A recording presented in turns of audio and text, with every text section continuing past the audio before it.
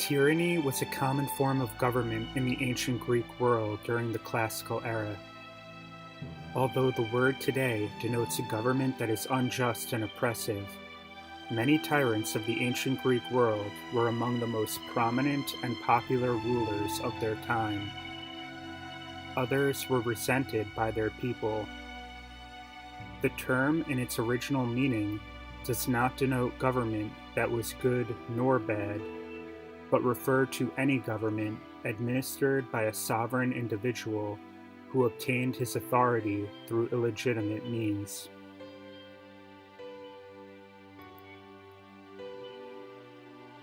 There were various social and political causes which contributed to the rise of tyrannies in ancient Greece.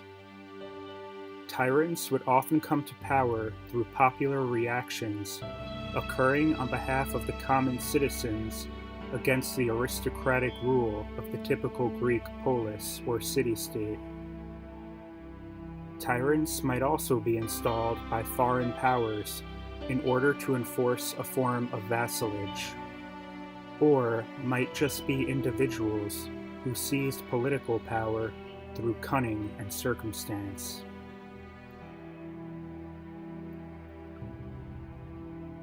Among the most famous tyrants was the Athenian ruler Pisistratus. Athens in the 6th century BCE was rife with class and tribal divisions. 3 factions emerged along geographic lines. Pisistratus emerged as the leader of the Athenians dwelling in the hills, while his rivals led the peoples dwelling on the coast and in the plain. The hills were barren and devoid of commerce, so although he was of aristocratic origins, Pisistratus became a champion to the poorest Athenians. Pisistratus, already respected for his military prowess in Athens' wars, seized the Acropolis with a group of bodyguards and was accepted as tyrant by most of the population. The position of tyrant was an insecure one, however, and Pisistratus was expelled from the city and sent into exile twice. But each time, he was able to regain his power. The reason for Pisistratus' exile and his subsequent successful returns were the same. By eagerly confronting the Athenian aristocracy, including through seizing and redistributing their lands, Pisistratus earned the admiration of the lower classes and the enmity of the elites. Some historians consider the rise of Pisistratus as an early form of populism, as he championed the rights of the common citizens while vigorously attacking the established political elites.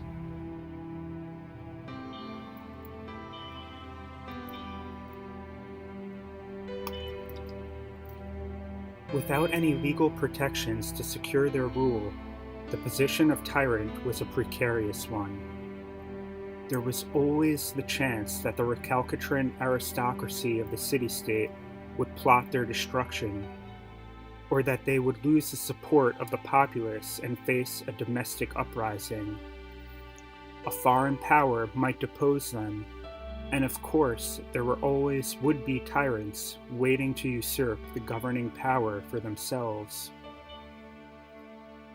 Thales famously joked that among the rarest sights to see was an elderly tyrant, because most tyrants were unable to hold on to their power for very long. The fable of the Sword of Damocles highlights this hazardous predicament. The story goes that Damocles was a courtier to the wealthy and powerful tyrant Dionysius II of Syracuse. As Damocles flattered his lord for all he had, Dionysius suggested that the two should switch places for a day. Damocles eagerly accepted this proposition. Although awed by the great luxuries and magnificence of the court made available to him, Damocles became terrified when he sat on the throne and realized that a great sword hung above his head, held only by a single hair. The moral of the story is that with great power comes great danger as well.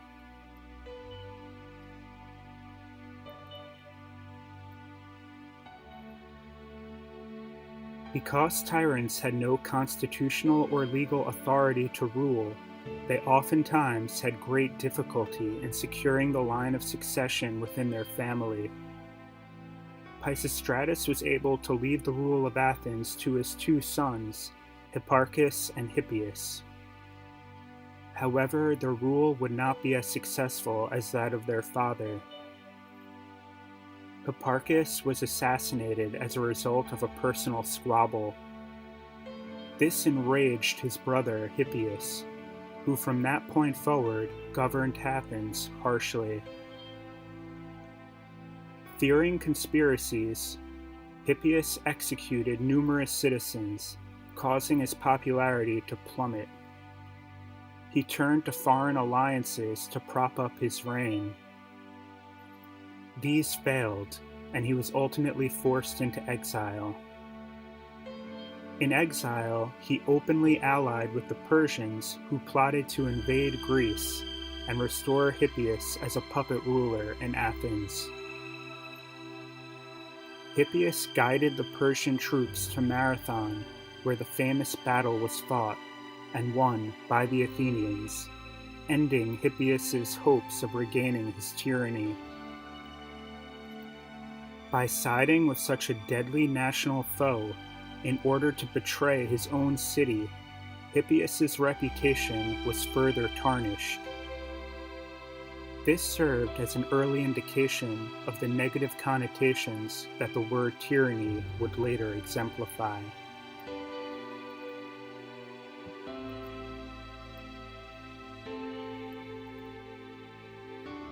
As the classical era progressed, the number of tyrannies proliferated, but the nature of these tyrannies changed. Rather than consisting of populist leaders who championed the populace above the interests of the aristocrats, later tyrannies were largely puppet rulers who maintained order in the cities for the growing regional powers for which the tyrants owed their authority. Herodotus explains that when Darius I of Persia invaded Scythia, he left his Ionian Greek subjects to guard a bridge that they had constructed across the Danube. The Ionian cities at that time were each ruled by tyrants who maintained their status with Persian support. Darius gave them instructions to guard the bridge for 60 days, which they dutifully did.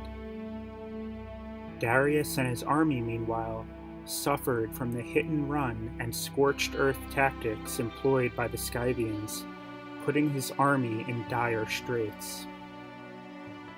A contingent of Scythians approached the Ionians and urged them to dismantle the bridge and return to their home cities now that the 60 days had expired, insisting that their oath to Darius had been fulfilled and that the Scythian forces would finish off the Persians.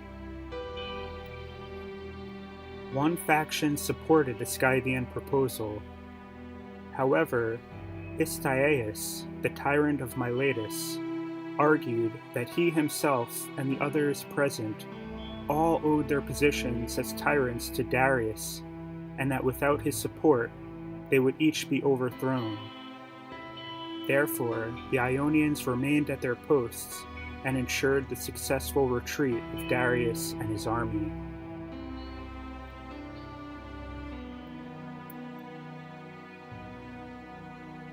Although tyrants continued to flourish in Greece during the period of Macedonian domination, they eventually declined. As Macedonian power waned, the tyrants could no longer rely on the foreign military support that they needed to maintain their position. Rather, large-scale political developments in Greece signaled the end of the age of tyranny. Tyrants can function as effective leaders of individual city-states, However, Greece became increasingly divided into competing leagues. Each league contained numerous city-states. Among the most famous of these were the Achaean League and the Aetolian League.